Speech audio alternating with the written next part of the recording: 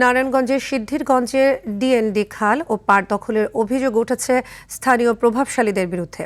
শিল্পনির্ভর অঞ্চলটির আবাসিক এলাকার পানি নিষ্কাশনের প্রধান এই খাল দখল করে গড়ে তোলা হয়েছে অবৈধ টায়ার মার্কেট, গার্মেন্টস সহ ছোট বড় শিল্প কারখানা।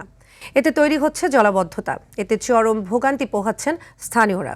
নারায়ণগঞ্জ থেকে মোহাম্মদ শাহাদাত হোসেন স্বপনের পাঠানো তথ্যচিত্র আরও জানাচ্ছেন আব্দুল হামিদ।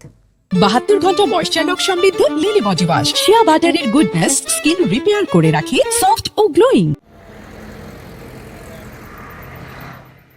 সিদ্ধিরগঞ্জের বেশ কয়েকটি আবাসিক এলাকার পানি নিষ্কাশনের অন্যতম মাধ্যম ঢাকা নারায়ণগঞ্জ ডেমরা দিয়ে প্রবাহিত ডিএনডি খাল।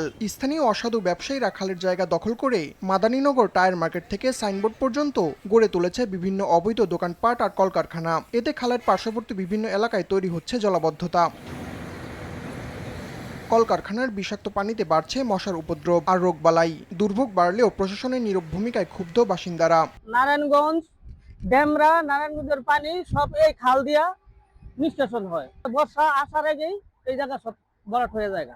তা আমরা চাই এই সব সড়ক জনপদের এই জায়গাগুলা খাল খনন করে পানি নিষ্কাশনের ব্যবস্থা করা হোক। বৃষ্টিপাত হলে আমরা তখন পানির তলে পড়ে থাকি, ঘরের ভিতরে পানি শুদ্ধা ঢুকে, এই এলাকার সবাই পানির তলে পড়ে থাকে। সরকারের কাছে জোর দাবি জানাচ্ছি এই খালগুলা যাতে পুনরায় উদ্ধার করে পানি চলাচলের ব্যবস্থা করা হয়। খালগুলার যদি জীবন ফিরিয়ে দেওয়া যায়, আমরা এলাকাবাসী অ্যাটলিস্ট আমরা মশার উৎপাত থেকে আমরা বাঁচবো।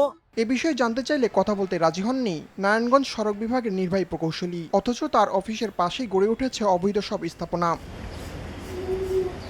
দখলদারদের শাস্তির আওতায় আনতে প্রশাসনের আরও কার্যকর ভূমিকা দেখতে চান ভুক্তভোগীরা। দ্রুত খাল দখলমুক্ত করে জনভোগান্তি নিরসনের আহ্বান তাদের। আব্দুল হামিদ, RTV।